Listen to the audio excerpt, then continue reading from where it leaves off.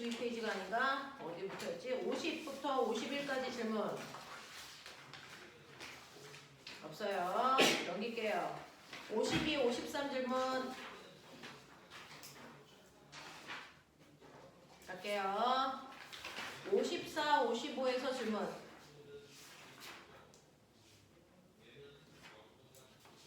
없어요. 넘길게요. 56, 57 질문. 괜찮아. 넘길게요. 자, 58, 59 질문. 120번. 자, 120번 보시면요. 120번은 뉴턴의 운동법칙이요. 자, 뉴턴의 운동법칙은 여러분들이 알고 있는 세 가지가 있다. 그 중에서 제1법칙을 우리가 관성법칙이라고 하더라. 관성법칙은요. 관성이라고 하는 건 물체에 처음에 가지고 있는 운동 상태를 그대로 유지하려고 하는 성질.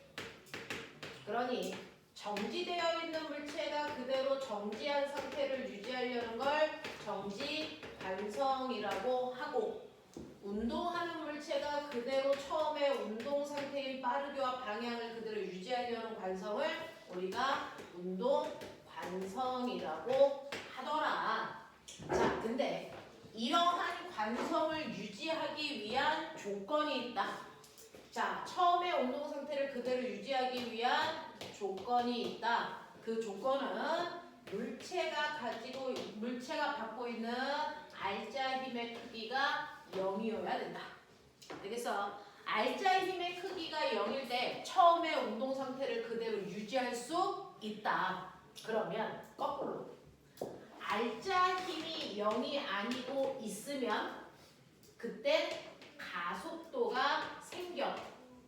이때 관성이 깨진다고요. 이 관성이 깨지면서 드러나는 힘이 있죠. 자, 그 힘을 우리는 둘로 나누면 물체가 받고 있는 실종하는 힘이 있다. 그걸 우리가 그동안 배웠던 전기력, 자기력, 그 다음에 마찰력, 탄성력, 부력 같은 누구나 인정하는 힘이 실존하는 힘. 근데 실존하지 않는 가상의 힘도 있다. 그 가상의 힘을 다른 말로 뭐라 그런다? 관성력이라고 한다. 자, 이 힘은 모든 사람이 다 느낄 수 있는 게 아니고요. 이 관성력은 반드시 가속도가 있는 공간 속에 있는 사람만 느낄 수 있는 거. 물체 또는 사람한테 작용하는 힘, 이거를 관성력이라고 한다. 그래서 관성력은 반드시 가속도가 있어야 돼. 다시 말해서 가속도가 있다는 얘기는 알자 힘이 작용하는 공간에 있는 사람만 느낄 수 있는 힘이 바로 관성력이다. 그래서 우리 했었던 거 기억나죠? 이렇게 자동차가 있으면 자동차가 정지되어 있거나 등속도로 운동하는 알자 힘이 0일 때는요. 이렇게 손잡이에는 중력과 장력이 작용해서 합력이 0이야. 이 힘은 자동차 안에 있는 사람도 느끼고 밖에 있는 사람도 느낄 수 있는 힘이야. 근데 자동차가 만약에 오른쪽으로 급출발해서 가속도를 갖고 간다고 치자. 그랬을 때 급출발할 때 내 몸도 뒤로 쏠리지만 손잡이도 뒤로 쏠려요. 그랬을 때 밖에 있는 관찰자 A가 봤을 때 손잡이는 어떤 힘을 받고 어떤 운동하니? 라고 얘기하면요. 밖에 있는 사람이 봤을 때 손잡이한테는 중력이 작용하고 장력이 작용합니다. 그래서 그 두 힘을 이용해서 알자 힘을 구하면 이 방향으로 알자 힘이요. mg 탄젠트 세타만큼 작용한다. 여기를 세타라고 줬을 때. 맞아. 자, 그랬을 때 밖에 있는 사람한테는요. 저 손잡이가 알자 힘을 받는다. mg 탄젠트 세타만큼. 다시 말해 F는 ma니까. 되겠어? 자, 그래서 이 힘만큼 힘을 알자 힘을 받아서 가속도 A는 G 탄젠트 세타라는 가속도 운동하지. 그래서 밖에 있는 사람이 보면 손잡이가 버스와 함께 A라고 하는 가속도로 가고 있는 것처럼 보여요. 그래서 밖에 있는 사람한테는 저 손잡이가요 가속도 운동하는 걸로 보인다. 근데 A가 보지 않고요 자동차 안에 있는 B가 보면 손잡이가 처음에 확 휘었다가 그래서 가속도를 갖고 움직이는 그 짧은 시간 동안에 안에 있는 관찰자와 손잡이 사이의 거리가 변하지 않는다. 그러니 안에 있는 사람의 입장에서는 시간이 지나도 안에 있는 사람과 손잡이 사이의 간격이 변하지 않으니까 안에 있는 사람이 봤을 때 손잡이는 정지되어 있는 것처럼 보이죠. 이해하죠? 그러면 정지되어 있는 것처럼 보인다는 얘기는 안에 있는 사람이 봤을 때는 알자 힘이 없고요. 합력이 0인 것처럼 느껴진다는 얘기야. 그러면 합력이 0인 것처럼 느껴진다는 얘기는 사실은 중력과 장력을 합한 이 방향으로 작용하는 mg 탄젠트 세타와 같은 크기의 힘이 반대 방향으로 같은 크기의 힘이 작용하고 있다고 느껴지는 거지. 다행, 이거 이해돼? 자, 이때요. 안에 있는 사람은요. 알자 힘과 똑같은 크기의 힘이 반대 방향으로 작용하고 있다고 느껴 물체가 정지되어 있는 것처럼 느껴진다. 자, 이때 안에 있는 사람만 느껴지는 알자 힘과 반대 방향으로 작용하는 이 힘을 우리 뭐라 그런다? 그걸 관성력이라고 하고요. 관성력은 가속도가 있는 공간 안에서요. 무조건 물체가 받는 알자 힘과 같은 크기의 힘이 반대 방향으로 작용한다. 되겠어? 그래서 관성력이 얼마예요? 그냥 알자 힘 구하시면 돼요. 그것과 무조건 반대 방향으로 작용하는 겁니다. 되겠어? 되겠어? 자, 이 알자 힘은 F는 ma니까요. 반드시 가속도가 있어야 알자 힘이고요. 관성력도 똑같이 가속도가 있어야 관성력이 작용합니다. 알자 힘과 무조건 반대 방향으로. 되겠어? 네. 자, 그래서 이 관성력이라고 하는 이 힘은 가속도가 있는 공간 안에 있는 사람만 느낄 수 있는 힘. 되겠어? 이 힘이라고요. 지민우 이해되니? 이해돼? 자, 그래서 우리가요. 버스가 급출발하면 내 몸이 어디로 쏠리니? 뒤로 쏠리는 건 사실은 버스가 급출발할 때 내 몸을 누군가가 관성력의 크기로 내 몸을 뒤로 잡아당겨준 거예요. 되겠어? 네. 내 몸이 뒤로 쏠리게 해주는 이 힘이 바로 관성력이라고. 알겠냐? 자, 급정거하면 내 몸이 어디로 쏠리냐? 앞으로요.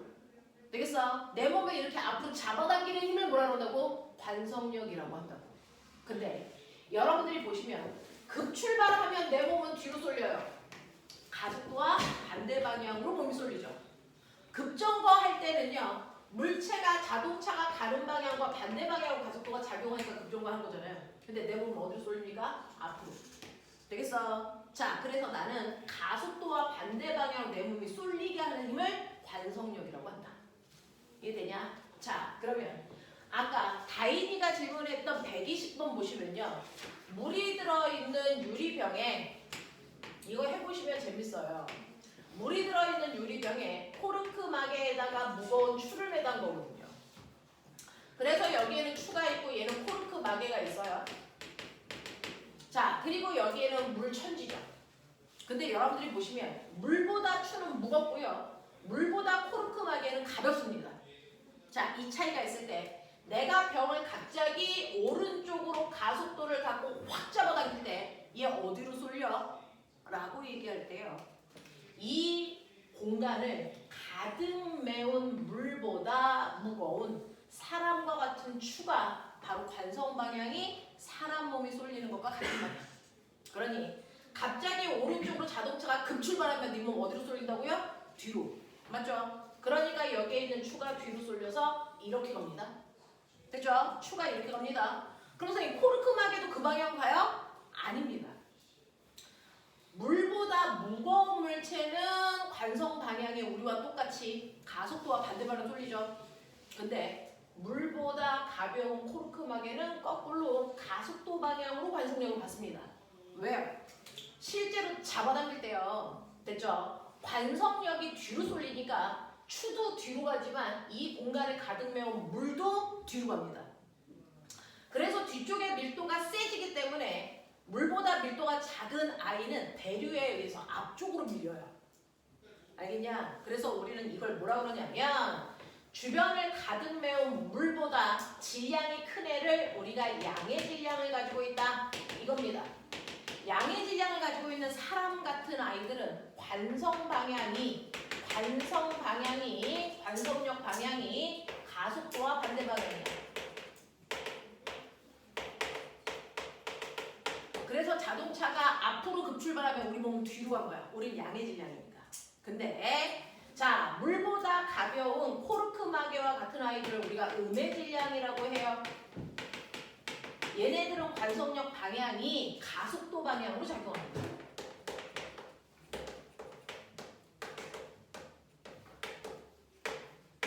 그래서 코르크 마개는 오른쪽으로 쏠리고요. 추는 왼쪽으로 쏠려 이런 모습이 됩니다.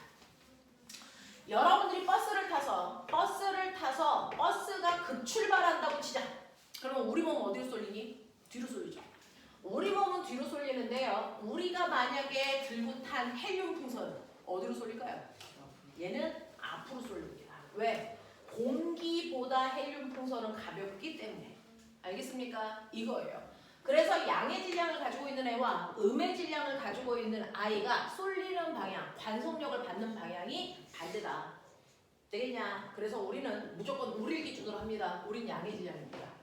자, 우리가 쏠리는 건 양의 질량 방향으로 쏠리는 거야. 그러니까 음의 질량은 나하고 반대 방향. 알겠습니까? 이렇게 기억하면 된다. 자, 그래서 질문 안 해도 선생님이 120번은 설명해주고 싶었던 거거든요. 되겠어? 네, 그래서 120번은 잘 기억해 두세요. 자, 그러면 여러분들이 알고 있는 이러한 관성력을 실제로 측정하고 싶으면 어디에 가면 된다 그랬어? 어디에서 측정하기 제일 쉬워? 엘리베이터. 되겠어? 엘리베이터에서 너네들한테 작용하는 관성력 크기 측정하는 게 가장 쉬우니까 오늘 집에 가서 새벽에 체중계 들고 엘리베이터 타세요. 그래서 체중계 위에 네가 올라가면 우리 다인이는 60kg니까요. 되겠어? 가만히 정지되어 있을 때 됐어. 네, 다인이의 몸무게는 600N을 가지겠죠. 정지되어 있을 때. 예. 아니야? 저 아직 50도 안 넘었는데. 지랄. 진짠데? 한쪽 발 만지니까 그렇지. 체중계 가져가서 내기하실래요? 그래. 자, 그래서 0점 조절을 몇 킬로에다가 해놨기 때문에 그러는 거야. 저희 엄마 가져왔는데. 자, 그리고 만약에 엘리베이터가 위쪽으로 가속도를 갖고 출발한다고 치자. 그러면 다인이를 아래쪽으로 잡아당기는 건 중력도 있지만 이 순간 가속도와 반대 방향으로 모두 작용하니 관성력도 MA만큼 작용해요. 아래 방향으로. 그래서 급출발할 때 체중이 훨씬 더 높게 측정됩니다. 예를 들어 가속도가 2라고 치자. 다인이 60kg인데 되겠어? 그러면 실제로 체중계를 누르는 힘은 G 더하기 A니까 60 곱하기 12 되겠어? 그래서 순간 출발할 때는 몸무게가 720으로 측정이 됩니다. 되겠어? 그래서 몸무게가 120이 증가하잖니? 그러니까 여러분들은 실제로 엘리베이터의 가속도 모르잖아요. 우리 집에 엘리베이터 가속도 얼마인지 모르잖아. 그러니까 엘리베이터 타고요. 위층으로 올라가는 버튼을 딱 눌렀을 때 체중계의 눈금이 얼마까지 늘어나는지 보시면 그거를 역으로 추산하시면 우리 집 엘리베이터의 가속도 할 수 있다. 되겠어? 자, 그러다가 엘리베이터가 가다가 원하는 층이 다가오면 멈추겠죠. 멈출 때는 거꾸로 아래 방향으로 가속도가 작용할 거 아니니? 그럼 그 순간 관성력은 어디로 작용하니? 위로 작용한단 말이야. 그러면 이때 네가 바닥을 누르는 힘은 너의 무게에서 관성력만큼을 빼는 거겠죠. 됐어? 만약에 가속도가 똑같다면 멈출 때는 다인이 몸무게가 480으로 측정이 된다. 이런 거예요. 그래서 멈출 때와 출발할 때 가속도의 크기는 몸무게의 변화로 확인할 수 있어. 되겠어? 자, 우리요. 실제로 테라포밍, 지구에 이제 수명이 얼마 안 남아서 인공지구를 만들어야 된단 말이야. 그래서 인공지구를 만들 때요. 이렇게 도넛 모양으로 엄청나게 큰 우주선을 만들 거예요. 그래서 여기에 사람들이 이렇게 태운 다음에 도넛 모양의 우주선이 우주로 날아가는데 그냥 날아가지 않고 이 새끼 뭐 할 거냐면 반드시 회전하면서 날아가야 됩니다. 왜 그럴까요? 그래야 인간들한테 적당한 중력을 만들어줄 수 있거든요. 되겠어? 네. 얘가 이렇게 돌게 되면 안에 있는 물체, 실제로 회전하는 물체는 중심 방향으로 구심력을 받지만, 그렇죠? 안에 있는 사람한테는 알짜인과 반대 방향의 관성력이 작용해. 그러면 구심력과 반대 방향으로 작용하는 관성력을 뭐라 그러니? 원심력. 그래서 원 안에 있는 사람들은요, 무조건 원의 중심과 멀어지는 방향으로 원심력이라는 힘을 받습니다. 그러니 여기에 있는 A라는 사람은 이 방향으로 자기 몸을 당기니까 이 방향으로 충력이 작용한다라고 느껴지는 거야. 돌면. 그래서 우주에 있는 사람이, 우주선에 탄 사람들은 이렇게 서 있는 거죠. 이렇게 서 있게 되는 겁니다. 이렇게 서 있게 되는 거예요. 그러니까 여기가 그 사람들한테 땅바닥이 되고 여기가 하늘이 되게끔 돌려주는 겁니다. 알겠어? 그래서 중력 대신에 중력과 같은 크기의 힘이 인간 몸에 작용해야 혈액 순환도 할 수 있고요. 우리 몸에 있는 모든 내장들이 재기능을 하거든요. 그래서 중력을 만들어줘야 된다고요. 그래서 이렇게 커다란 우주선을 회전시키면 그때 생기는 원심력이 중력과 같은 크기를 가질 수 있게끔 하시면 된다. 되겠어? 자, 이때요. 구심가속도 어떻게 구하냐? 구심가속도 A는 이런 개놈의 새끼들아. 구심력 구하는 식 F는 R분의 mv 제곱이고요. 또는 mr 오메가 제곱이 F는 ma잖아. 그러니까 m 뛰면 다 가속도죠. 맞아요. 그래서 구심가속도 A가 R분의 v 제곱 또는 R 오메가 제곱이란 말이야. 이 크기가 중력가속도와 같은 크기를 만들어주면 가장 사람들이 안정적이라고 느껴져요. 알겠어? 이런 얘기라고. 이런 얘기라고. 되겠어? 자, 그러면 현준이를요 세탁기에 넣고 돌릴 수도 있어요. 엄청나게 커다란 세탁기를 만들어서 거기에다가 현준이를 넣고 세탁기를 열라 돌려. 그러면 현준이는요, 사실은 현준이는 여기에서 중력도 받지만 모두 받아 원심력도 받아. 근데 그 원심력을 엄청나게 크게 하면 그 원심력이 바로 돼서 현준이가 벽을 누르는 힘을 만듭니다. 자, 물체가 벽을 누르면, 바닥을 누르면 바닥이 얘를 밀어 올리는 뭐가 생기니? 수직항력. 그 수직항력이 생기면 뭐가 생기니? 마찰력. 되겠어요? 그래서 엄청나게 세게 돌리면 우리 현준이도 뭐 할 수 있어? 허공에 뜰 수 있어요.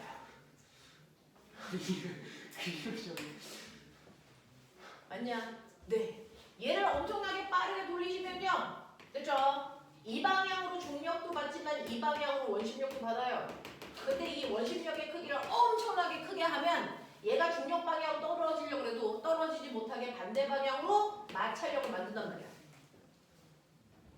그랬을 때 중력과 마찰력의 크기가 같아지는 그 순간 이제 바닥으로 미끄러지지 않고 멈춰있게 되겠죠. 되겠어? 이렇게 할 수 있다고요. 그러면 이때 여러분들이 보시는 것처럼 마찰력은요, 마찰계수에다 수직항력 곱하는 건데 이때 수직항력이 뭐라고? 구심력과 같은 크기의 원심력. 되겠어? 네. 그랬을 때 얘를 오메가의 각속도로 돌린다고 치자. 오메가의 각속도로 돌려. 그러면 이때 수직항력은 구심력이랑 똑같으니까 뭐니? mr 오메가 제곱의 수직항력이겠죠.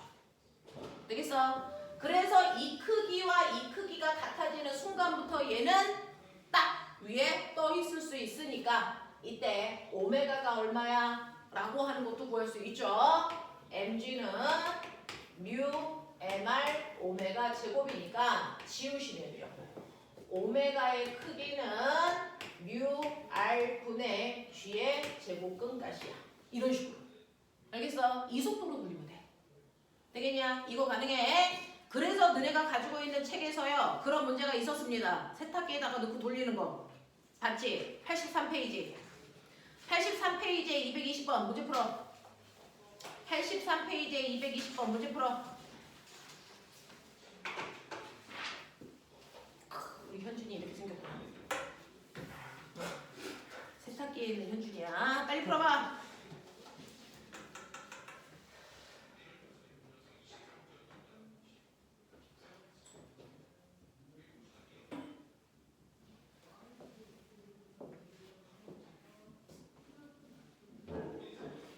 문제 풀었냐? 83페이지에 220번. 오케이.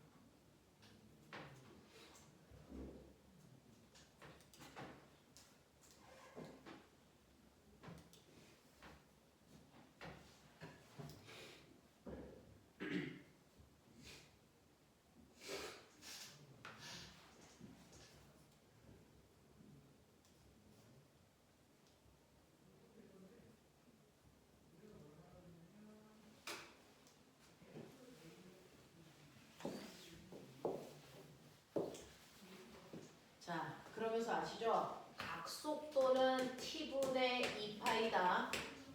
자, t분의 1이랑 똑같은 게 진동수다. 그래서 2파이 f다. 맞냐? 이 얘기죠? 자, 여기에서는요. 오른쪽 그림과 같이 반지름이 아닌 원통형을 돌려서 질량이 m인 사람이 붙어서 떨어지지 않도록 하고 싶다. 자, 원통형과 사람의 정지마찰계수를 뮤라고 하면 사람이 붙어서 떨어지지 않도록 하기 위한 진동수는 얼마인지 구해봐 라고 얘기했거든요. 됐죠? 진동수가 얼마인지 구해봐 라고 했는데 여기에서 오메가가 2파이 f잖아요.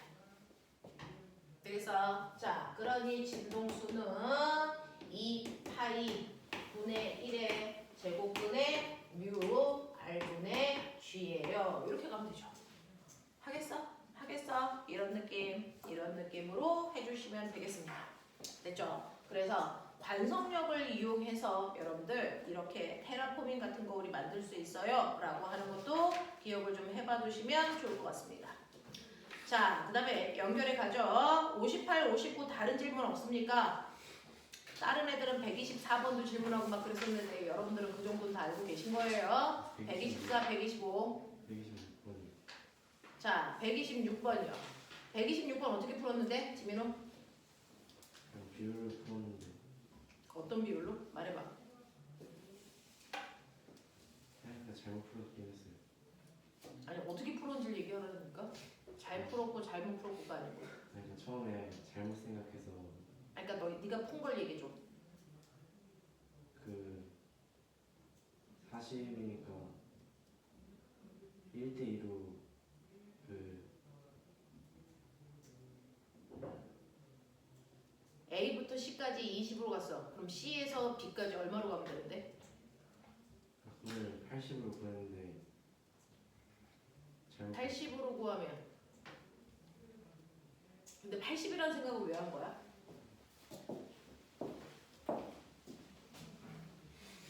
그냥 대충 보고 20이랑 그럼 거꾸로 집을 갈게. 평균 속력 구하는 방법. 평균 속력 구해주세요. 그러잖아. 평균 속력 구하는 방법. 얘기해봐. 그렇게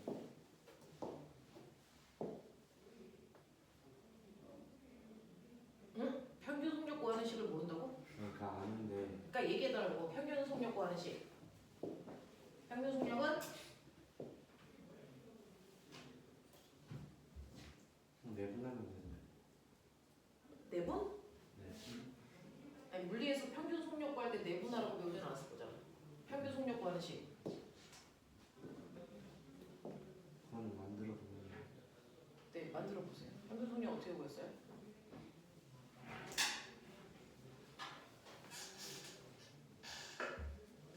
그럼 전체 속력을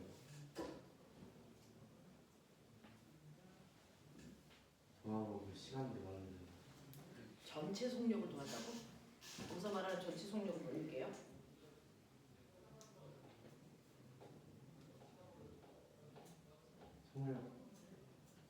속력 더 매 순간의 속력을 구한다고요? 그래서 그걸 총 걸린 시간으로 나눈다고요? 맞아? 너네 수학 시간에 속력 구하는 것도 배우지 않니? 네. 속력 어떻게 구하니? 속력은? 거리 시간 거리 네, 그거잖아요. 평균 속력은 총 걸린 시간으로 총간 거리 나누는 거 아니에요? 지민호 아니야? 맞아요. 근데요. 저 방법으로 하시는 거예요. 총 걸린 시간으로 총간 거리 나누는 거. 그게 24번, 25번, 26번을 푸는 방법입니다. 네. 불가능할 수가 있어요. 답이 불가능해. 아니 엄청 빠르게 하면 될 수 있는 거예요. 자, 네가 어느 부분을 못 풀고 있는지를 스스로가 인지하셔야 되는데 아까처럼 우긴다고 되는 게 아니잖아. A에서 B까지의 거리를 우리는 귀찮으니까 S로 놓을게요. 이 거리도 절반이니까 S라고 놓으시면 되죠. 자, 얘는 평균 속력 40으로 가게 하고 싶어. 이게 핵심이에요. 저는 A부터 B까지 평균 속력 40으로 가고 싶은데 저는 절반을 20의 속력으로 갔어요. 그러면 나머지 절반을 얼마의 속력으로 가면 40으로 갈 수 있냐? 평균 속력이 도합 40 될 수 있냐? 이거 묻는 거잖아요. 자, 평균 속력은요. 총 걸린 시간으로 총간 거리를 나누시는 거죠. 처음 속도에다 낮은 속도 더해서 반띵할 수 없는 경우야. 왜? 시간이 다르요. 아니요. 처음 속도에다가 낮은 속도 더해서 반띵은 언제만 하는 겁니까? 등가속도 운동일 때만 한다고요. 속도가 일정하게 계속 증가하는 등가속도 운동에서만 평균 속도 그렇게 구하는 거고요. 지금 얘 같은 경우에는 A에서 C까지 20으로 갔어. 그 다음은 또 얼마의 속도로 가? 이거 등가속도 아니죠. 그러니까 처음 속도에다 낮은 속도 더해서 반띵할 수 없다고요. 되겠어? 이런 경우에는 뭘로 돌아가는 겁니다. 총 걸린 시간으로 총간 거리를 나누시는 겁니다. 그러면 여기서부터 여기까지 총간 거리가 얼마냐면 2S고요. 총 걸린 시간은요. 그래서 A에서 C까지 가는데 걸린 시간에다가 C에서 B까지 가는데 걸린 시간을 더하시면 총 시간이죠. 자, 시간은 어떻게 구하냐면 시간은 속력분의 거리입니다. 그러니까 A에서 C까지 가는데 걸린 속력은 20이고요. 그 구간의 거리가 S라고요. 그러면 C에서 B까지 가는 속력을 V라고 하고 간거리를 S라고 하시면 되죠. 이 값이 얼마이면 되겠다고요? 40이면 되겠다고요. 그럴 수 있는 V값을 찾아달라는 얘기입니다. 그러면 20V분의 됐어. 자, 20 더하기 Vx분의 1분의 2S라는 번분수 풀란 얘기예요. 그래서 쓸데없는 거 날리시면 20 더하기 V분의 얼마입니까? 40V가 얼마면 되겠냐? 40이면 되겠다는 얘기죠. 그래서 계산해보시면 얼마입니까? 800 더하기 40V가 얼마? 40V잖아요. 그래서 지워지기 때문에 불가능하다고요. 그래서 이렇게 얘기했었습니다. 됐냐? 이렇게 계산하시는 문제입니다. 그래서 이것과 관련된 문제들이 평균 속력 구하는 문제들이 계속 나옵니다. 여러분들이 하도 이상하게 평균 속력을 구해서 그것과 관련된 문제들을 반복하는 문제들이 몇 개 나와 있어요. 24, 25, 26 같은 맥락입니다. 자, 넘어가죠. 자, 60페이지부터 61페이지까지 질문.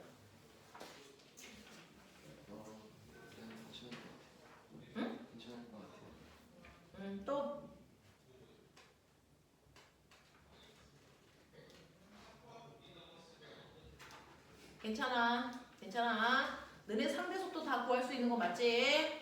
그래서 129번 질문 안 하고 있는 거지. 넘어갈게요. 자, 62, 63페이지 질문.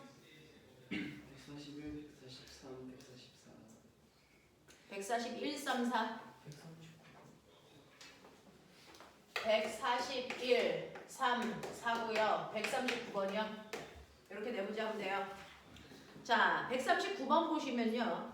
고요한 수면에서요. 5의 속력을 낼 수 있는 배가 지금 강폭이 300이고 물이 3의 빠르기로 흐르고 있는 강에서 자, 물이 흐르는 방향과 직각으로 건너가서 맞은편 B에 도착하고 싶다. 이렇게 강을 수직으로 건너가기 위해서 뱃머리를 어느 방향으로 그래서 네, 비스듬히 몰아야 되겠습니까? 라고 하는 거고요. 이렇게 해서 건너갈 때 몇 초 걸립니까? 이런 얘기인데요. 자, 조건이죠. 강이 있어요. 이 강둑이요. 여기가 상류고 여기가 하류니까 물이 이렇게 흐르겠죠. 3의 빠르기로. 근데 이 강폭이 얼마냐면 300m라는 얘기입니다. 강폭은 300m고 배는 5의 빠르기로 가고 싶어. 갈 수 있어. 근데 조건.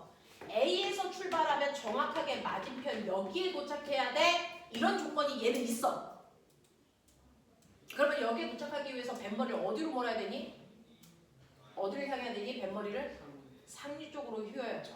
이렇게 배를 5의 빠르기로 몰아야 그동안 물이 이 방향으로 3의 빠르기로 해서 배를 몰고 가기 때문에 밖에 있는 사람한테 실제로 배는 이렇게 가는 것처럼 보입니다. 그래서 정확하게 B에 도착할 수 있다라는 얘기야. 근데 이때 배의 속도가 5고요. 물의 속도가 3이기 때문에 실제로 앞쪽 방향으로 가는 빠르기는 얼마니? 4입니다. 4. 그러면 4라는 빠르기로 300m 가기 때문에 걸린 시간이 얼마입니까? 75. 네, 75초. 이렇게 간다는 거야. 그러면 난 이 조건을 바꿔볼게. 이 조건을 바꿔볼게. 이렇게 맞은편으로 가는 게 아니고 가장 빨리 갈 수 있는 방법을 찾아줘. 무조건 강을 건너갈 건데. 그래서 반대편으로 건너갈 건데 빠르게 갈 수 있는 방법. 어떻게 가면 될까? 빠르게 가는 방법.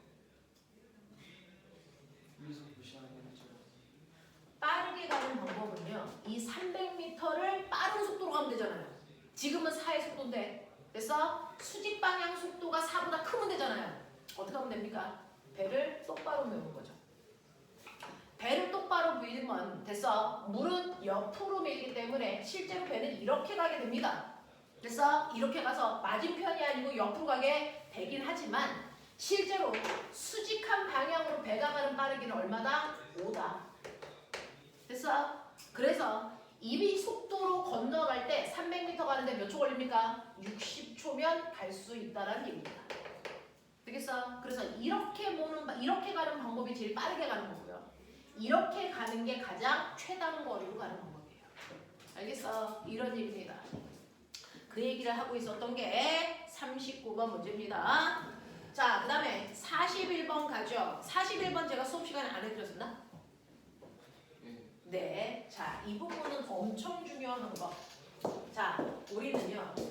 여러분들이 선생님하고요. 아무리 물리 2까지 해도 모든 물체의 운동의 절반밖에 안 하는 건데요. 물체의 운동은 사실은 두 가지가 있습니다. 자, 여러분들 잘 생각해보면 우리가 항상 경사면에 어떤 물체를 할게? 우리가 경사면에 물체를 놓을 때요. 항상 나무 토막을 놨어요. 그래서 이 물체가 어떻게 움직입니까? 미끄러져 내려갑니다. 되겠어? 이렇게 앞으로 이동하는 걸 우리가 뭐라고 하냐면 이걸 병진운동이에요. 이렇게 표현합니다. 근데 여기다가 네모가 아니고요. 동그란 물체를 놓으면, 구슬을 놓으면 얘는 어떻게 합니까? 얘는 굴러가면서 앞으로 가죠. 됐어? 자, 이렇게 구르는 운동, 뱅글뱅글 도는 운동을 우리가 뭐라 그러냐면 회전 운동해요. 이겁니다. 이 회전 운동은 여러분들이 과거를 가야 배우는 거고 또는 대학을 가야 배우는 겁니다. 되겠어? 그래서 우리는 고등학교 때까지 병진 운동밖에 안 배우는데 이렇게 물체를 병진 운동 시키는 게 알짜임이고요. 회전 운동 시키는 게 돌림힘이에요. 그래서 그냥 돌림힘이 있어. 여기까지만 하고 만 건데 난 건데 이 병지 운동과 회전 운동을 동시에 하는 아이가 있다고요. 그게 자동차 바퀴입니다. 자동차 바퀴입니다. 이렇게 자동차가 있어요. 자동차가 있어서 자동차가 이 방향으로 10에 빠르기로 간다고 치자. 그러면 실제로 자동차가 10에 빠르기로 가면 자동차에 달려있는 바퀴도 병진 속도가 10입니다. 그래야 자동차하고 분리되지 않죠. 그래서 우리는 자동차 바퀴를 여기가 A, 여기가 B라고 할 겁니다. 되겠어? 네, 여기가 A, 여기가 B, 여기가 C, 여기가 D라고 하자. 자동차가 이리로 가니까 자동차 바퀴는 이렇게 회전하면서 앞으로 갈 겁니다. 그죠? 자동차 바퀴의 병진 속도는, 앞으로 가는 속도는 10이니 모든 자동차 바퀴는 자동차와 똑같이 10에 빠르기로 앞으로 같이 가야 됩니다. 그래야 분리되지 않죠. 이게 병진 속도입니다. 근데 이 순간에 자동차 바퀴는 회전도 하고 가야 됩니다. 그러니까 회전 속도도 있어요. 그러면 우리 이렇게 물체에다가 실에다가 물체를 매달고 뺑글뺑글 돌릴 때 운동 방향이 어딥니까? 항상 원의 접선 방향이 회전 방향인 것이죠. 그러니 이 자동차의 회전 방향은 자동차가 바퀴가 이렇게 돌아야 되니까 지금 A에서는 이 방향이 회전 방향입니다. 됐어요? 네, 이 방향으로 회전 속도가 얼마 붙을까요? 10이요. 자, 여기 있을 때는 이 방향이 회전 속도 10이고요. 여기 있을 때는 이 방향이 회전 속도 10이고요. 여기 있을 때는 이 방향이 회전 속도 10이 붙어 있는 겁니다. 바퀴가. 그래서 A라고 하는 바퀴가요. 이 바퀴가 한 바퀴 돌면서 여기 왔다고 치자. 그래서 반 바퀴 돌면서 여기 왔다고 치자. 그러면 A의 위치는 반 바퀴 돌면 여기와 있어야 정상이야. 맞죠? 만약에 반 바퀴 돌아서 이 바퀴가 이 위치로 왔다면 A라고 하는 아이가 반 바퀴 돌았으니까 여기 있어야 정상이죠.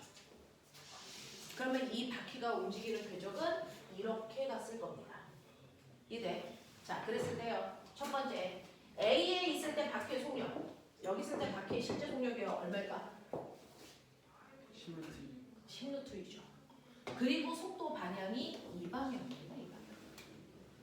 맞아요. 자, 그래서 A점만 보시면요. A점은요. 지금 10루트 2의 빠르기로 가고 있습니다. 그랬다가 얘가 B의 위치에 오면 여기 속력이 얼마가 되니? 얼마가 될까요? 얼마? 20입니다. 그래서 바퀴가 회전하면서요. 10의 빠르기로 계속 도는 게 아닙니다. 바퀴 속력이 바뀌어요. 10이었다가 10루트 2였다가 20이었다가 그리고 반대편 B의 위치에 오면 속도가 이 방향으로 다시 얼마가 되는 겁니까? 10루트 2가 되는 겁니다. 그래서 A점의 흔적을 반 바퀴 동안 따라가면 얘가 이렇게 움직이고 있는 겁니다.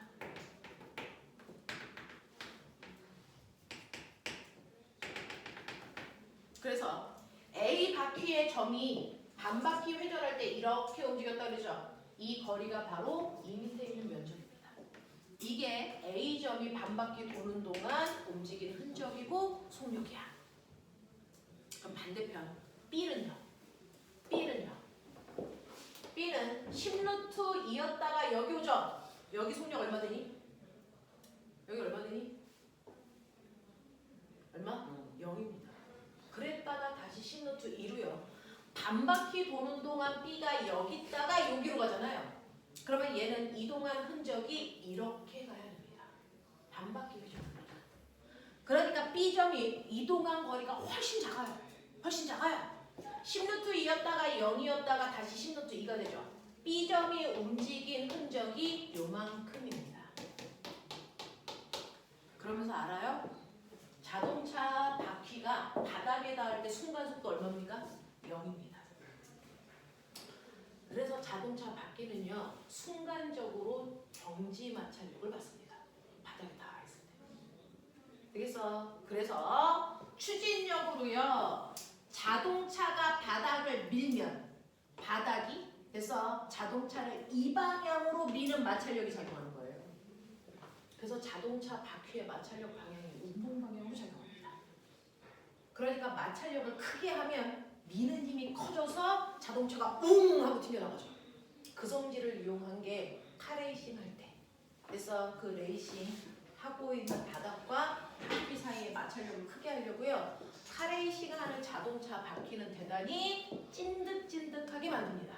마찰력을 크게 해야 자동차가 욱 하고 튕겨나가니까. 됐어. 그래서 자동차한테 작용하는 마찰력은 운동 방향으로 작용한다. 이거 3년 전에 출석 면접에서 물어봤습니다. 기억하세요. 되겠어. 항상 마찰력이 운동을 방해하는 방향으로 작용하는 건 아니야. 되니? 너네들은 중학교 개념에서 마찰력은 운동 방향과 반대 방향으로 작용합니다. 일반적으로 다 그렇습니다. 근데 자동차는 운동 방향으로 마찰력이 작용한다. 저 마찰력이 추진력이 된다. 이 얘기입니다.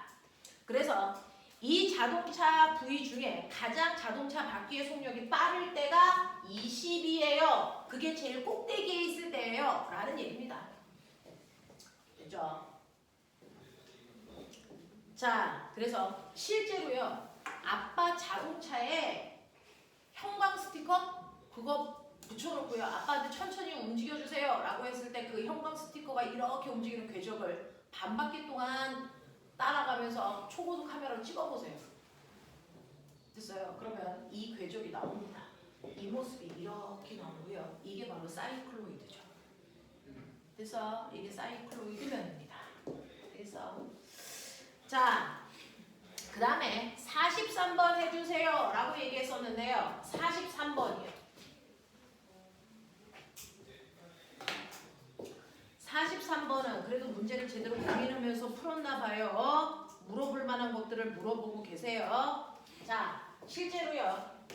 여기에 내가 서 있고요. 그리고 나랑 가까운 곳이 A라고 치고 나하고 멀리 있는 애를 B라고 치자. 그래서 내가 이렇게 간다. 그래서 내가 이렇게 간다.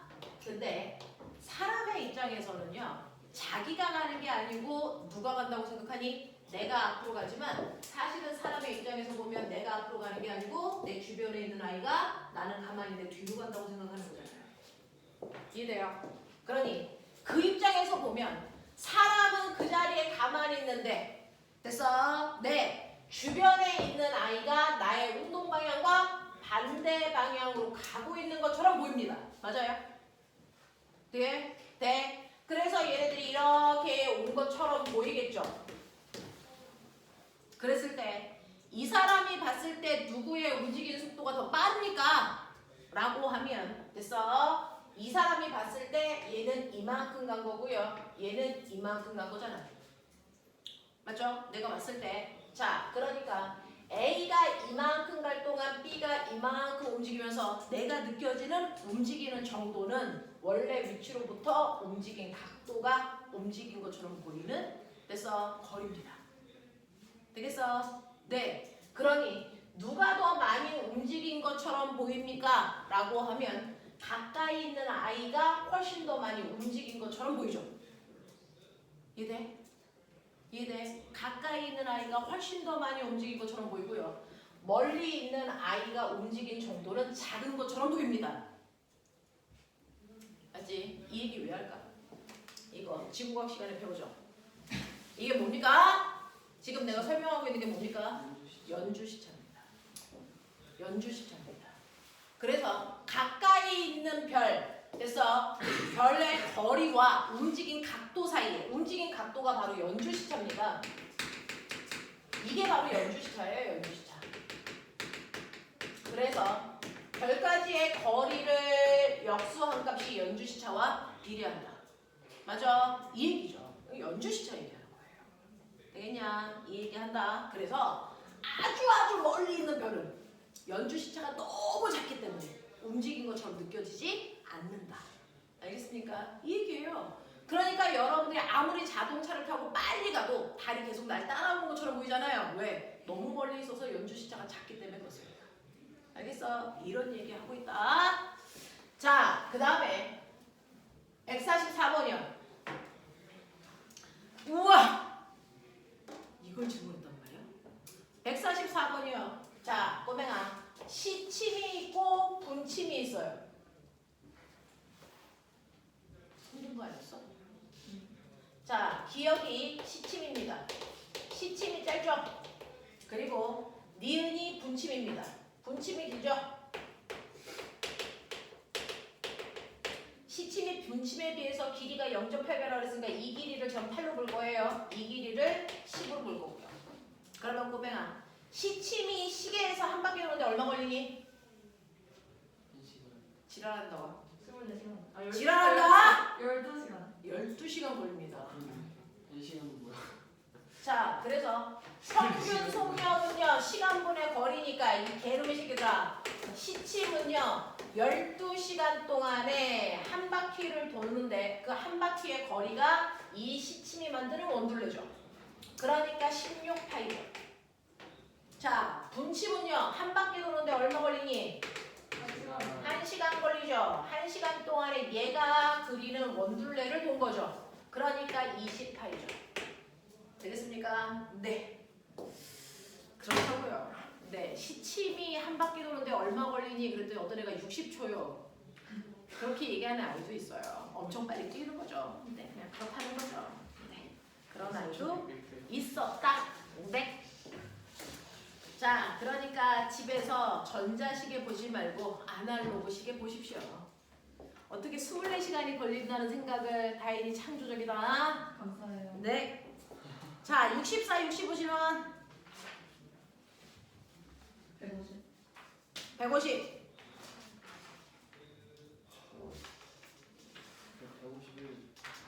150, 151. 150 하시면 될 것 같아요. 어? 150 할 수 있을 것 같아요. 네. 그럼 151번만 할게요.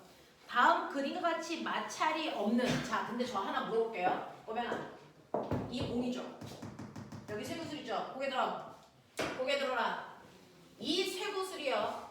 빗면과 쇠구슬 사이에 마찰이 있을 때와 없을 때 운동이 다르게 나타나거든요. 빗면과 쇠구슬 사이에 꼬맹아 마찰이 없으면 쇠구슬 어떻게 움직여? 마찰이 없으면 병진은 더하지 네, 그냥 미끄러집니다. 회전을 못해요. 회전을 하려면 얘가 바닥을 순간 정지 마찰력이 작용해서 얘가 멈춰있고 얘가 앞으로 가려고 그러기 때문에 넘어지면서 가는 게 회전이거든요. 버텨줘야 돼요. 여기서. 근데 마찰이 없으면 이걸 못 버팁니다. 그냥 미끄러집니다. 그래서 마찰이 있어야 얘가 순간 닿는 부분이 마찰 때문에 멈춰있고 얘가 가려고 하기 때문에 넘어지는 거예요. 그게 회전입니다. 그래서 마찰이 있을 때만 회전하면서 미끄러져 내려갑니다. 됐어? 자, 그 다음 두 번째 질문. 그럼 마찰이 없을 때는 미끄러지기만 하고 마찰이 있으면 돌면서 미끄러져 내려가는데 누가 더 빨리 내려올까요? 마찰이 있을 때 없을 때? 있을 때. 마찰이 없어야 됩니다. 마찰이 없어야 역학적 에너지가 운동 에너지로 바뀌면서 속도가 빨라지고요. 마찰이 있으면 1분은 손실되죠. 당연한 거 아니야? 그래서 같은 거리를 가는데 시간이 더 걸린다. 마찰이 없이 그냥 미끄러져 내려올 때 훨씬 더 짧은 시간 내에 내려온다. 알겠습니까? 이런 얘기입니다. 자, 빗면이 있길래 얘기해 준 거고 151번 볼게요. 그림과 같이 마찰이 없는. 자, 마찰이 없기 때문에 거기에 쇠구슬 같은 아이를 놔도 얘 구르지 않고 그냥 미끄러져 내려간다. 자, 마찰이 없는 빗면의 A점에서 속력이 O로 미끄러져 내려가 쇠구슬이 3초 후에 B에 도달했습니다. 속력이 13입니다. 자, 그랬을 때 빗면의 길이가 얼마입니까? 라고 얘기한 거예요. 되겠어? 네. 이거 어떻게 합니까? 마찰이 없으니까 얘는 빗면의 경사각이 일정하니까 등가속도로 내려오죠. 자, 이거요. 150번하고 151번하고 푸는 방법 똑같습니다. 자, 시간 속도 그래프 그리시면 돼요. 자, 시간 속도 그래프 그리면 되는데 됐죠? 얘는 처음 속도가 0이었다가 속도가 일정하게 빨라져 3초가 됐을 때 속력이 얼마가 된 거냐면 13이 된 겁니다. 그랬을 때 밑넓이가 빗면의 길이입니다. 안 해드려도 되죠? 되겠어요? 이렇게 가시면 되죠? 5에서 10%잖아요. 아, 처음 속도가 5였어요? 네. 처음 속도가 5래요. 그러면 이렇게 그리시면 되겠네요.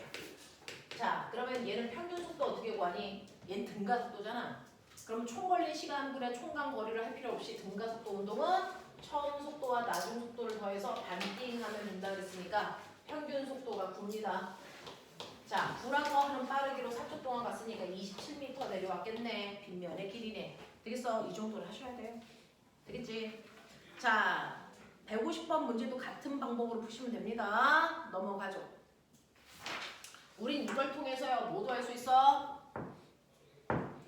가속도도 할 수 있지. 가속도를 알면 뭘 할 수 있어? 빗면의 각도 할 수 있지. 어차피 가속도는 뒷사인 세타니까. 알겠습니까? 이런 것들 하셔야 됩니다. 자, 66번부터 67번까지요. 157. 57번 또. 돼요. 자, 57번에서 다음 그림은 B를 중심으로 AC 사이를 주기가 왕복 운동하는 겁니다. 자, 여기에 대한 설명으로 옳은 것을 모두 고르세요 라고 얘기했는데 꼬맹아 요거요. 진자 운동인데요. 진자가 이렇게 움직일 때요. 나 궁금한 게 있는데 만약에 가만히 있었으면 얘 5점에 가만히 있으면 작용하는 힘이 5점에서의 알자 힘이 얼마? 가만히 있었으면 0이죠. 그러니까 이때는 중력과 장력의 크기가 똑같아서 알자 힘이 0이어야 되는데 내가 얘를 이렇게 들어서 A에서 O를 지나 B로 갔다가 다시 왔다 갔다 하는 진자 운동을 할 때 5점에서의 합력이 0이니? 5점에 왔을 때 합력이 0이니? 예. 아니에요. 예. 가만히 있을 때는 합력이 여기서 0이지만 됐어? 얘가 이렇게 왕복 운동할 때는요. 꼬맹아 여기 왔을 때는요. 됐어? 순간 얘가 위로 올라가는 방향으로 운동해야 되잖아. 그 힘이 여기서 작용해야 되잖아. 그러니까 얘가 왕복 운동할 때는 5점에 왔을 때 위쪽 방향으로 알자 힘이 작용합니다. 맞아. 됐어?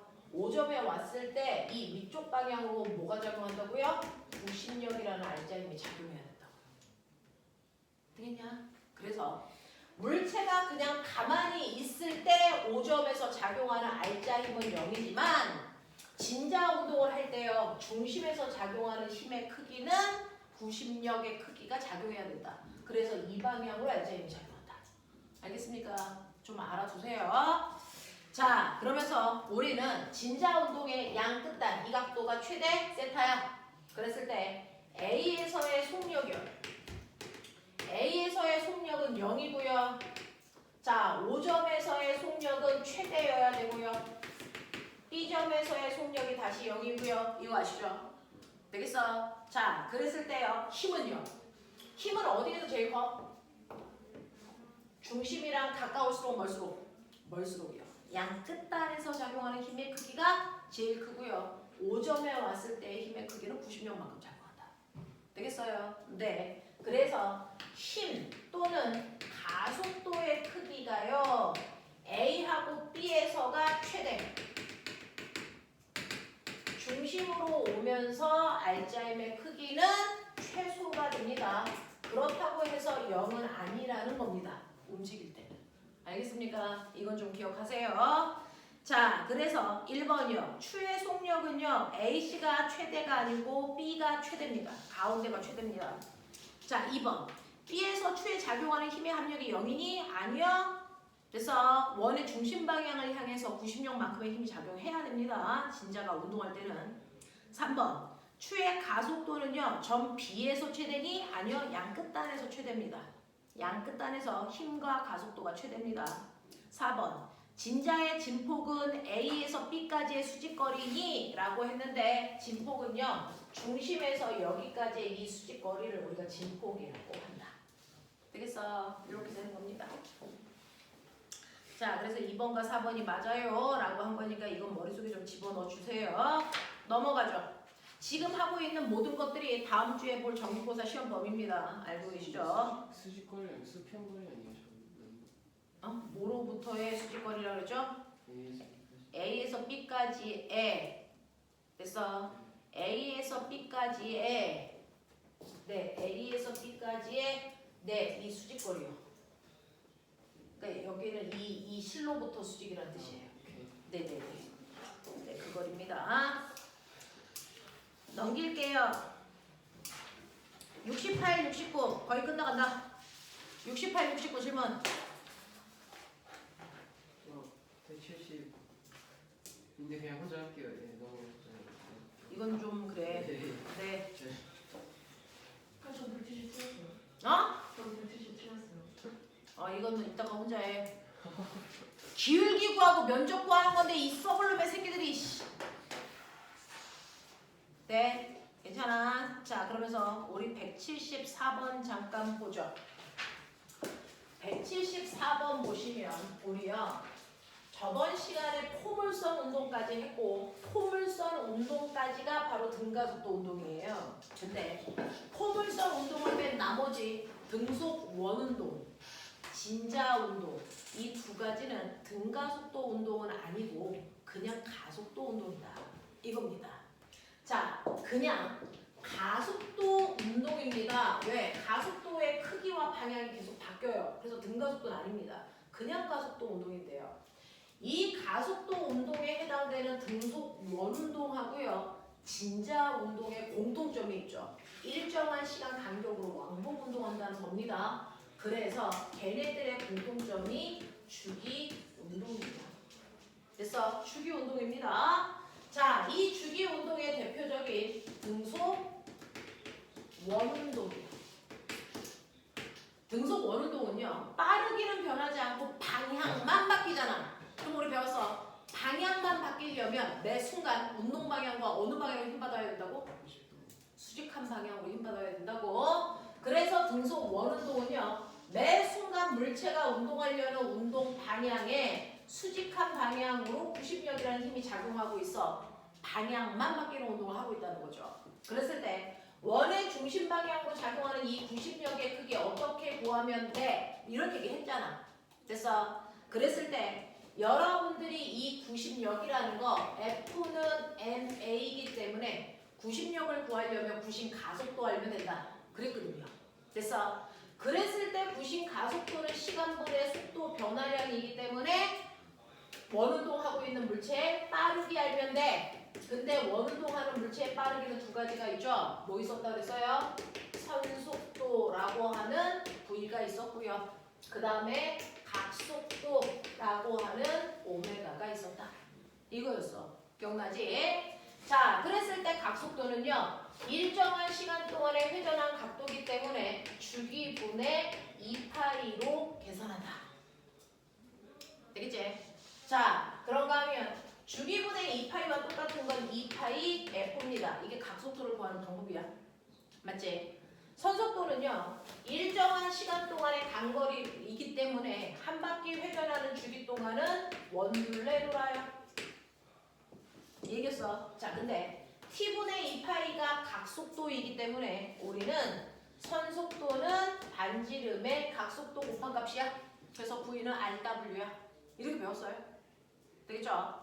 자, 그랬을 때 가속도는요 라고 하는데 시간분의 속도 변화인데 원운동은요 시간이 지나도 빠르기는 안 바뀌고요. 뭐만 바뀌어? 각도만 바뀌어요. 빠르기는 일정합니다. 등속이니까. 그러면 T분의 세타가 뭐냐면 각속도입니다. 그래서 구심 가속도는 사실은 선속도에다 각속도를 곱해서 얻을 수 있는 값이다. 근데 V는 RW니까 그걸 이용해서 여기다 RW 집어넣으시면 구심 가속도는 R 오메가 제곱 또는 R분의 V 제곱이었다. 뭐 이런 얘기 했단 말이야. 거기다가 질량만 곱하면 구심력이야. 그래서 구심력이 MR 오메가 제곱 또는 R분의 MV 제곱입니다. 네. 자, 그러면 이러한 등속 원운동하고 있는 거에 대표적인 건 뭡니까? 지구둘레를 돌고 있는 인공위성이죠. 지구둘레를 돌고 있는 인공위성이요. 얘가 이렇게 뺑글뺑글 돌고 있어. 자, 그럼 얘도 등속 원운동하니까 구심력이 작용하고 있다는 거야. 그 구심력이 바로 얘한테 작용하는 뭡니까? 만유인력이겠죠. 되겠어? 그래서 이 구심력의 역할은요. 일반적으로는 물체를 실에 매달고 돌리니까 장력이 구심력을 만들 때도 있고요. 만유인력이 구심력을 만들 때도 있고요. 커브기를 돌고 있는 자동차는 마찰력이 구심력입니다. 되겠어? 이런 역할을 하더라 라는 얘기입니다. 그래서 여러분들이 가지고 있는 A와 B에서의 속력의 비율은 얼마입니까? 라고 얘기했는데 얘네들은 원궤도를 같은 주기로 돌고 있어. 뭐 이런 얘기 한 거 아닙니까? 되겠어? 네. 같은 주기로 돌고 있다는 얘기는 한 바퀴 도는데 걸린 시간이 똑같으니까요. 얘네들은 각속도가 똑같다는 얘기입니다. 되겠어? 각속도가 똑같다는 얘기야. 그래서 얘네들의 속력의 비율 VA 대 VB는 얼마니? 라고 했는데 V는 RW잖아요. 반지름의 비율이 RA고 RB입니다. 그리고 각속도는 똑같으니까 오메가라고요. 그래서 선속도의 비율은 반지름 비율이에요. 되겠습니까? 이런 얘기 했죠. 이런 얘기 했습니다. 현진아, 놀고 있는 거 아니지? 자, 그 다음에 넘길게요. 70, 71. 여기까지가 숙제였죠? 71페이지까지가. 80일까지. 아, 81까지가 숙제였어? 네, 70, 71. 질문. 170. 177. 이런 미친년. 자, 177번이요. 얘가 등속 운동이면 시간 위치 그래프는 이렇게 그려져야 정상입니다. 얘가 속도가 일정하게 느려지는 등가속도 운동이면 어떻게 그려져야 됩니까? 속도가 일정하게 느려지는 등가속도 운동이면 시간 위치 그래프가 이렇게 그려져야 됩니다. 맞죠? 왜? 기울기가 속력이니까. 됐죠? 속도가 일정하게 빨라지는 등가속도 운동이면 시간 위치 그래프가 어떻게 그려져야 됩니까? 얘 이렇게 그려져야 되죠? 되겠어? 그러니까 어떤 모습인지를 찾으셔야 되니까 여러분들은 얘의 구간별 속력을 구해야 된다. 우리가 그 5회차 문제 풀었던 것처럼. 그래서 보시면 얘는 한 타점 찍는데 0.1초 걸려요. 그래서 0, 0.1, 0.2, 0.3, 0.4 이렇게 된 거고요. 그랬을 때 첫 번째 구간의 각머리가요. 여기가 5cm, 여기가 15cm, 여기가 25cm, 여기가 35cm 뭐 이런 느낌이죠. 자, 그랬을 때 첫 번째 구간, 이 구간은요. 0.1초 동안 5cm 간 거니까 50cm/초예요. 자, 이 구간은 150cm/초고요. 250, 350 속력이 빨라지고 있어요. 자, 그럼 구간 속력을 구했으니까 가속도 구해야 되겠죠? 가속도요. 가속도는 시간분의 속도 변화량이니까 여기서 여기로 갈 때 속도 변화량 100. 그 속도 변화량이 얼마 동안? 0.1초 동안. 그러니까 이 구간의 가속도는 얼마입니까? 1000cm/s 제곱이죠. 이 구간의 가속도도 1000입니다. 이 구간의 가속도도 1000이고요. 그래서 얘는 가속도가 일정한 등가속도 운동이며 속도가 점점 빨라지는 등가속도 운동이구나. 그러니까 시간 위치 그래프 모양은 이렇게 생겨야 되는구나. 이 얘기예요. 되겠습니까? 이런 얘기. 넘어가죠. 72, 73. 자, 10분 안에 최대한 다 끝내려고요. 72, 73. 193. 151. 151, 193. 88, 91, 93. 맞죠? 잊어버릴까봐 써놨어요.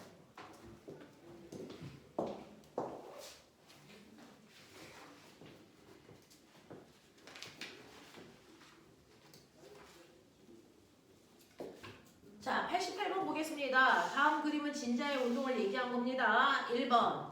진자의 운동에서 주기에 영향을 주는 건 뭡니까? 라고 얘기했죠. 자, 우리 아시죠? 실제로요. 이렇게 주기 운동하는 애들, 그 애들의 주기를 구하는 거 두 가지 했었죠. 진자 운동일 때 진자의 주기 구하는 거 했었단 말이야. 되겠어? 자, 진자가 이렇게 있는데 얘 들어 올려. 여기 A에서 나왔을 때 왕복 운동 한다고요. 그랬을 때 이 각도를 세타라고 하고 이 길이를 L이라고 해보자. 그랬을 때요. 여러분들 A점에 있을 때 이물체가 받는 힘이 얼마입니까? R자 힘이요. 라고 하면 사실은 A점에 있을 때 이물체는 중력과 실이 잡아당기는 장력이 작용해요. 그거의 합력이 알자입니다. 되겠어? 그래서 합력을 구하면 평행사변형을 그려서 대각선을 구하시면 되는 거잖아요.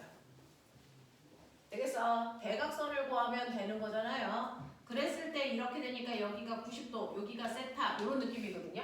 대략적으로. 자, 그래서 보시면 요 합력에 해당되는 건 mg 탄젠트 세타다.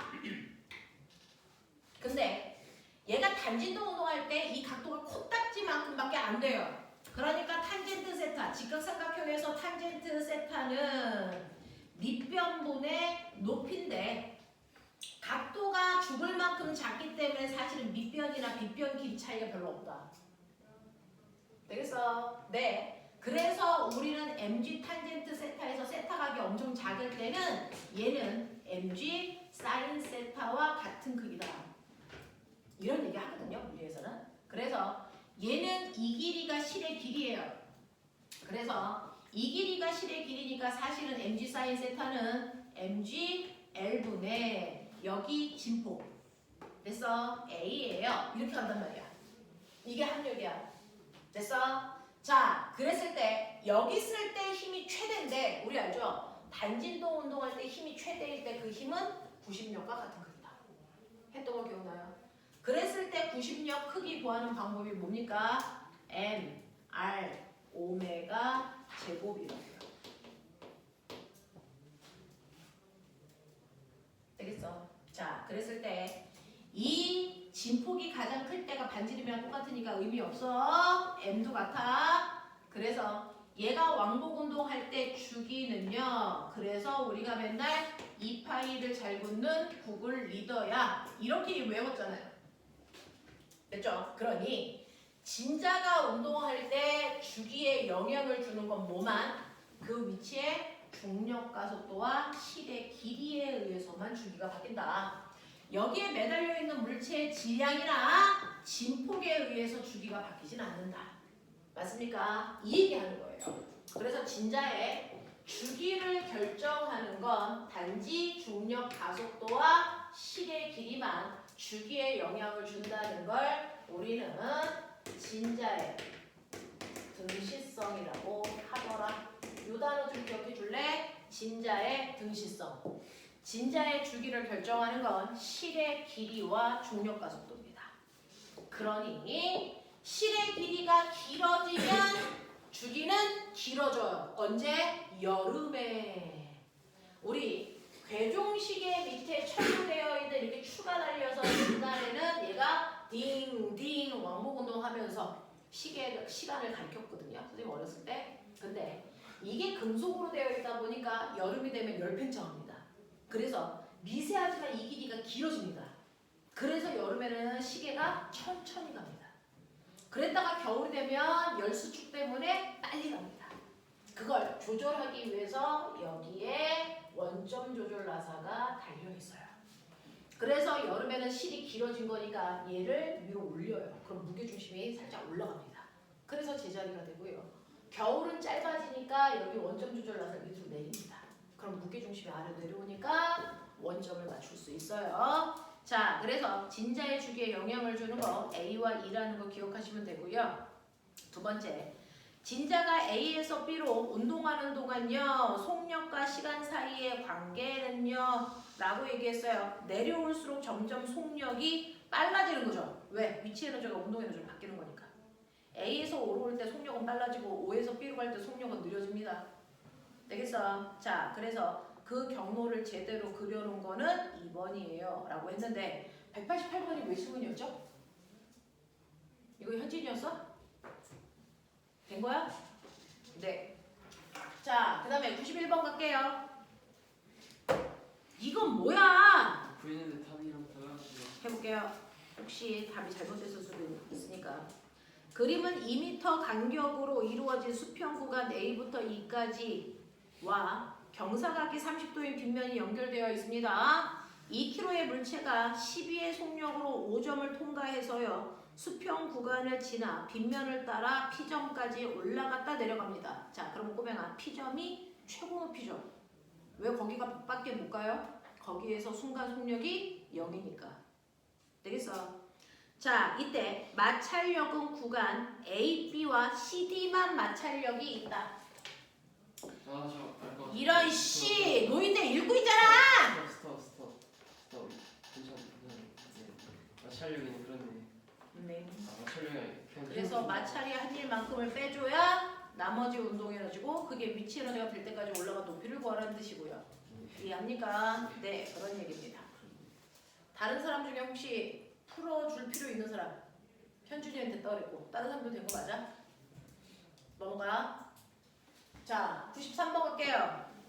93번 보시면 그림은 직선 운동하는 어떤 물체에 자 운동을 타점으로 찍었는데 한 점 사이의 간격이 50분의 1초입니다. 근데 자 거기에 한 구간은 5타점이야. 한 점이 50분의 1초인데 5타점이니까 종이 테이프 한 구간당 0.1초 간격으로 간거리를 잘라 붙였다는 겁니다. 되겠어? 그러면 얘는 일정한 시간 동안의 간거리니까 이 높이가 뭘 얘기하니? 속력이요. 되겠어? 그래서 이렇게 타점을 잘라 붙였을 때요. X축은 시간이고요. Y축은 일정한 속력 동안 간거리니까 이게 일정한 시간 동안 간거리니까 속력이란 말이에요. 그래서 그 타점을 쭉 연결했을 때 얘가 바로 속력 변화입니다. 자, 그래서 이렇게 되어 있는데 그중 1번 15개의 타점이 찍힌 동안에 이 아이의 평균 속력이 얼마입니까? 라고 했는데 15타점이니까 0.3초 동안입니다. 0.3초 동안 얘는 얼마 간 거냐면 6cm 간 겁니다. 그러니까 평균 속력이 20cm/초, 다시 말해서 0.2m/초가 돼서 평균 속력이란 얘기고요. 이 그래프의 기록 테이프에서 Y축이 얘기하는 거 속력 또는 속도입니다. 평균이라는 글자 굳이 안 써도 됩니다. 세 번째, 그래프에서 높이 차이가 뭐니? 자, 그래프에서 이 높이 차이가 뭡니까? 일정한 시간 동안의 속도 변화량이죠. 가속도입니다. 알겠습니까? 높이 차이가 가속도입니다. 자, 이물체의 가속도는 얼마입니까? 젠장. 이물체의 가속도 기존에 했었던 거 그대로 가면 되죠. 첫 번째 구간은요. 0.1초 동안에 1cm 간 거니까 이 구간의 속력이 10. 그 옆에 구간은 20. 그 다음 구간은 30 이래요. 그러니 가속도는 속도 변화를 시간으로 나누시면 되니까 10이라는 속도 변화가 0.1초 동안 일어났으니까 가속도가 100cm/s 제곱이라는 얘기죠. 되겠습니까? 이런 얘기요. 자, 넘겨. 자, 시간이 안 될 것 같아요. 자, 73페이지까지 틀린 문제 다시 보죠. 그래서 1분 남아서 더 이상 설명하시면 밥 먹으러 가야지 그럴 것 같네요.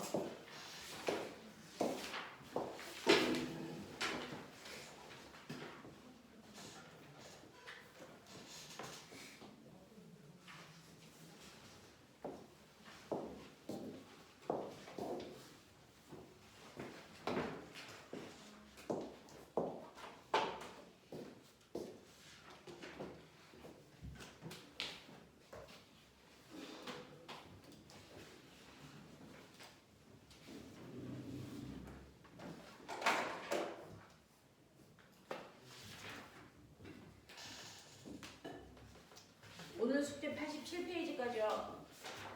네. 여기까지가 시험 본이고요.